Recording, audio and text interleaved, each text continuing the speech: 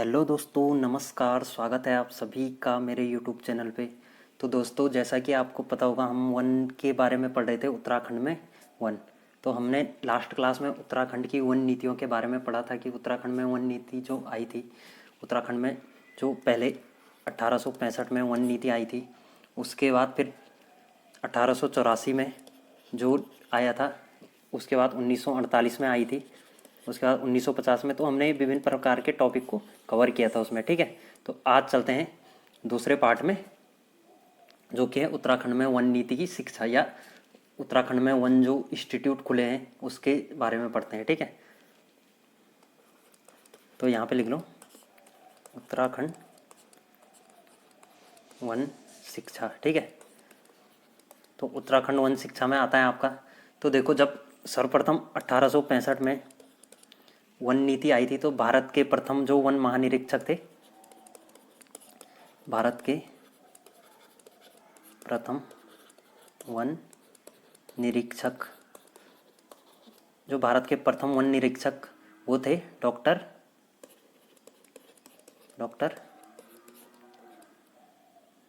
Dietrich ब्रैडिस, ठीक है, ब्रैडिस। तो ये आपके भारत के प्रथम वन निरीक्षक थे। तो क्वेश्चन यहाँ से बन सकता है कि भारत के प्रथम वन निरीक्षक कौन थे? तो डॉक्टर डिट्रिच ब्रैडिस, ठीक है। तो इनकी सलाह पे 1878 में, ठीक है, 1878 में देहरादून में एक देश का पहला वन महाविद्यालय बनाया गया था, ठीक है। तो पढ़ते हैं हम इसको, देख अगली स्लाइड में। देखो,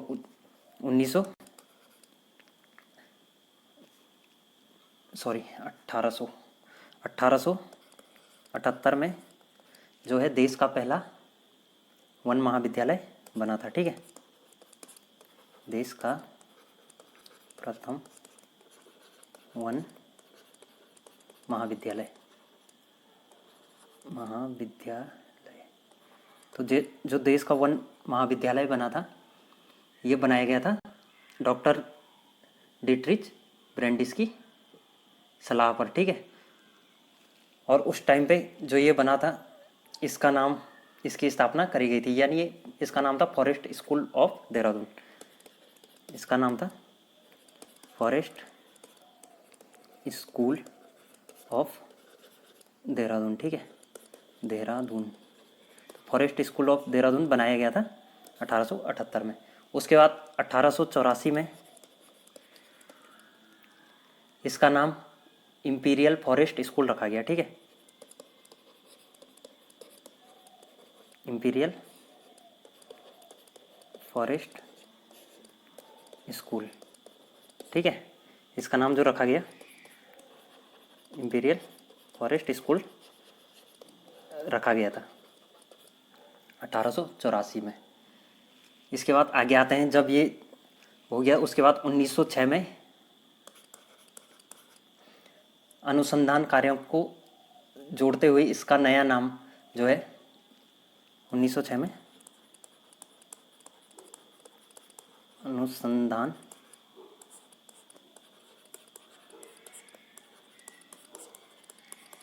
कार्य जोड़े गए, और फिर इसका नाम क्या रखा गया? इंपीरियल फॉरेस्ट रिसर्च इंस्टीट्यूट, ठीक है। इसका नाम फिर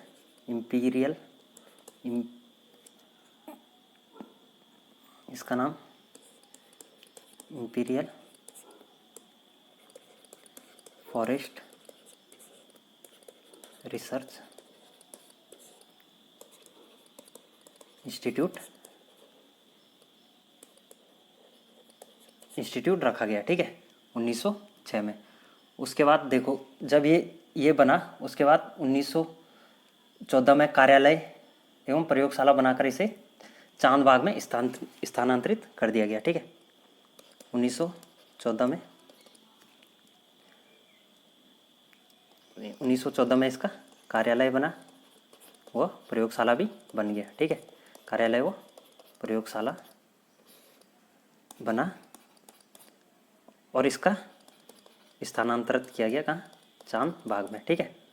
यहाँ पे लिखेंगे स्थानांतरण। तो इसका स्थानांतरण करके चांदबाग में बनाया गया। उसके बाद फिर आता है, अब देखो जो फॉरेस्ट रिसर्च ऑफ इंडिया है, ठीक है, FRI, सुना होगा आपने, पहले तो देखा भी होगा। ये देहरादून में है, ठीक है, देहरादून से आगे प्रेमनगर से थोड़ा पीछे है, ठीक है। तो ये जो है FRI का सभागार है, जो वो पूरे एशिया का क्या है, लकड़ी से, एशिया में पूरा लकड़ी से निर्मित एकमात्र हॉल है, यानी पूरे एशिया में एकमात्र हॉल है ही जो लकड़ी से निर्मित है। तो देखते हैं FRI का सभागार, एशिया में एकमात्र लकड़ी से निर्मित, ठीक है। तो जो एशिया का यानी एशिया में एकमात्र सभागार है जो लकड़ी से निर्मित है, वो है आपका देहरादून में FRI, ठीक है। अब देखो स्वतंत्रता के बाद इंडियन फॉरेस्ट रिसर्च इंस्टीट्यूट इसका नाम पड़ गया, ठीक है। अगली स्लाइड में लिखेंगे, स्वतंत्रता के बाद इसका नाम क्या पड़ गया, Indian forest research institute, Indian forest research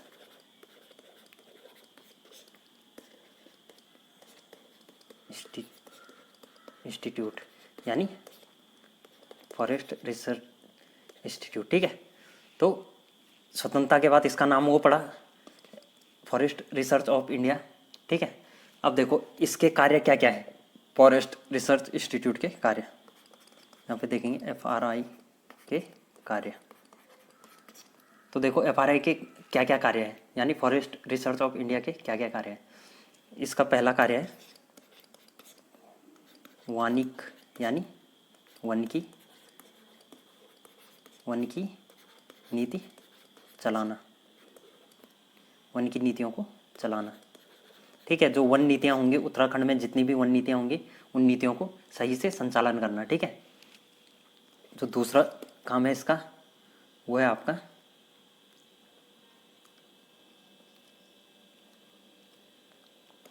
संस्थान, जो इसके संस्थान होंगे, ठीक है, इसके संस्थान होंगे और जो केंद्र होंगे वह संगठन को चलाना, ठीक है।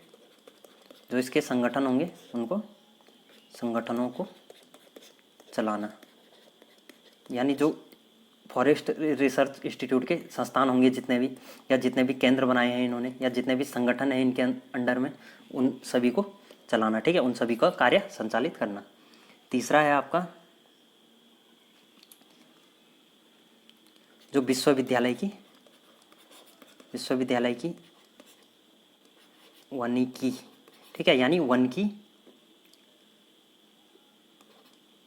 संस्थान कार्यक्रम चलाना। तो जो विश्वविद्यालय की संस्थान कार्यक्रम होंगे उन सभी को चलाना, ठीक है। अब देखते हैं फॉरेस्ट रिसर्च इंस्टीट्यूट के अंतर्गत कितने केंद्र हैं। तो लिखेंगे FRI के अधीन कितनी संस्थाएं हैं, ठीक है। अब देखते हैं FRI के अधीन कितनी संस्थाएं हैं, कितने केंद्र हैं, ठीक है। तो जो FRI के अधीन होगा वो होगा आपका 3 केंद्र और 8 संस्थान होंगे, ठीक है। तो यानी जो फॉरेस्ट रिसर्च इंडिया है इंस्टीट्यूट है, इसके अंतर्गत 3 केंद्र हैं और 8 संस्थान इसके अंतर्गत कार्य करते हैं, ठीक है। अब देखते हैं जो मानव संसाधन विकास मंत्रालय था 1991 में, 1991 में मानव संसाधन विकास मंत्रालय था, जो इसने क्या कर दिया, वन अनुसंधान को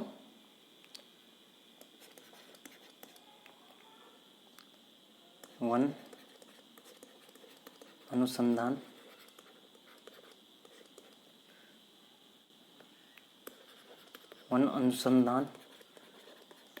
संस्थान को सम विश्वविद्यालय का दर्जा प्राप्त कर दिया, ठीक है, सम विश्वविद्यालय का दर्जा प्रदान कर दिया, ठीक है, सम विश्वविद्यालय का दर्जा दिया, ठीक है। अब देखो क्वेश्चन आ जाएगा कि 1991 में मानव संसाधन विकास मंत्रालय से वन अनुसंधान संस्थान को किसका दर्जा दिया गया, तो ये सम विश्वविद्यालय का दर्जा दिया गया। ठीक है, चलते हैं नेक्स्ट। अब देखो इसके बाद जो आता है आपका 2006 में इसने प्लेटिनियम जुबली मनाया था। 2006 में प्लेटिनियम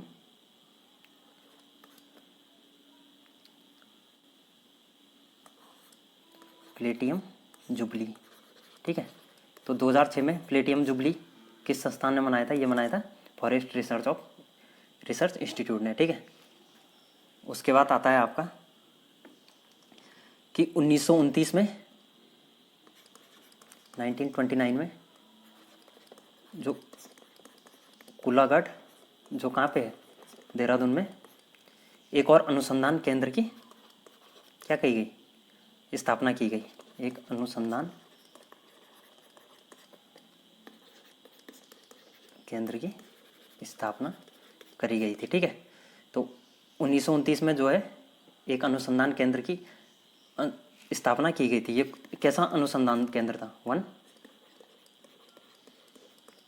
अनुसंधानशाला। ठीक है, तो वन अनुसंधानशाला यानी वन की जो प्रयोगशाला है उसका निर्माण किया गया था यहाँ पे। ठीक है, 1929 में। बाद में फॉरेस्ट रेंजरों के प्रशिक्षण के लिए देहरादून में ही इंडियन फॉरेस्ट रेंजर कॉलेज की स्थापना की गई, यानी